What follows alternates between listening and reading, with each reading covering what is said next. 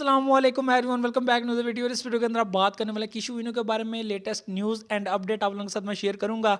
और आपसे मैंने ये बात कही थी कि अगर मुझे इसके अंदर मजीद कुछ चीज़ें नज़र आई तो मैं आप लोगों को रिकमेंड करूंगा कि आप इसको लॉन्ग टर्म के लिए रखें या नहीं रखें। ये चीज़ें आप लोगों को इस वीडियो के अंदर मैं डिस्कस करूंगा, साथ साथ इसकी लेटेस्ट न्यूज़ एंड अपडेट आप लोगों के साथ शेयर करूंगा।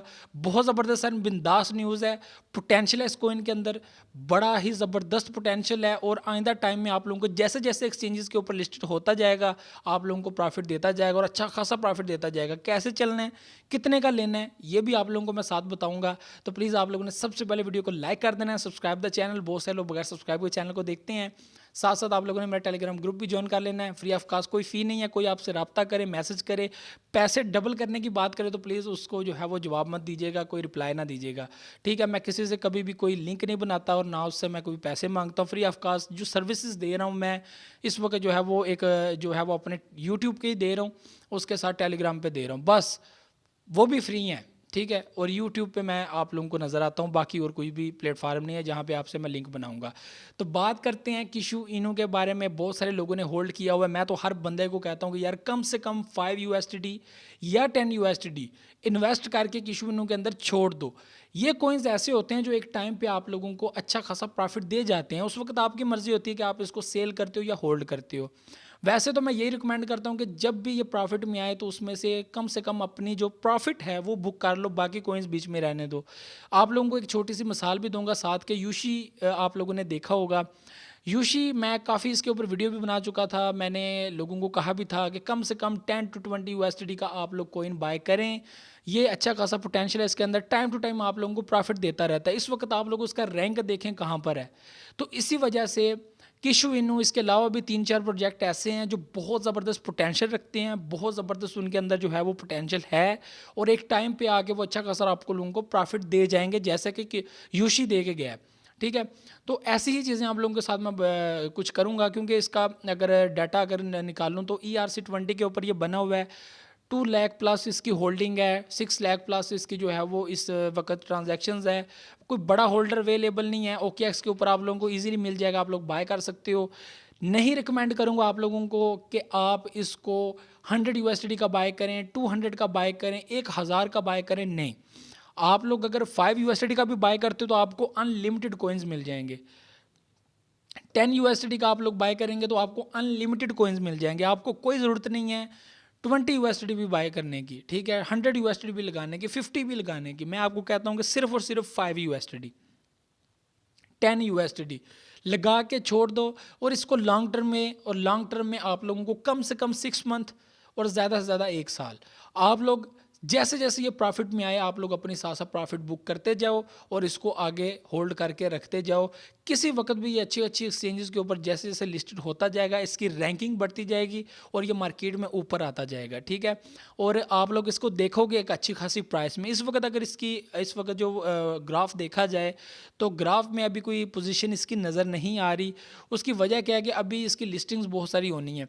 एक बड़ी अच्छी खबर ये है कि ये सर्टिक ऑडिट भी इसका हो चुका है। अक्सर लोग ऑडिट की बात करते हैं कि जिस कोइन का ऑडिट हो चुका है तो हम उसके अंदर इन्वेस्टमेंट कर सकते हैं, मतलब सर्टिक वालों ने जिसका ऑडिट जो है वो कर दिया है उसके अंदर इन्वेस्टमेंट कर देते हैं। नहीं, ऐसा नहीं होता। सर्टिक वाले ऑडिट हर कोइन का कर देते हैं, लेकिन आप लोगों ने ऑडिट रिपोर्ट पढ़नी होती है कि इस टोकन की ऑडिट रिपोर्ट है क्या। तो इस टोकन की ऑडिट रिपोर्ट अच्छी है। ठीक है, ऑडिट रिपोर्ट हर कोइन अपनी ऑडिट करवा सकता है, सर्टिक वाले ऑडिट कर देते हैं, वो कोइन भी लिस्ट में आ जाता है। लेकिन इसका ये मतलब नहीं है कि इसका ऑडिट जो है वो क्लियर हुआ है या नहीं हुआ, इसके अंदर कोई प्रॉब्लम है या नहीं है। वो जो ऑडिट रिपोर्ट के अंदर लिखा होता है, जो उसकी प्रॉब्लम्स होती हैं वो आप लोगों ने देखनी होती हैं कि यार ये सेफ़ है, हम लोग इन्वेस्टमेंट इसके अंदर कर सकते हैं या नहीं कर सकते। तो वो ऑडिट रिपोर्ट पढ़नी पड़ती है हर कोइन। अब जब हमारी जो मैक्सिमम पब्लिक है वो देखती है कि यार इसका सर्टिक ऑडिट हुआ है तो हाँ यार ये ज़बरदस्त कोइन है, ये पोटेंशियल देगा। मैक्सिमम कोइन जो है वो आप लोगों को प्रॉफिट ही नहीं देते। ठीक है, लेकिन ये बहुत बड़ी वजह है कि हम लोग जो है वो ऐसे ही चीज़ों को बाहर से देखकर अंदर चले जाते हैं।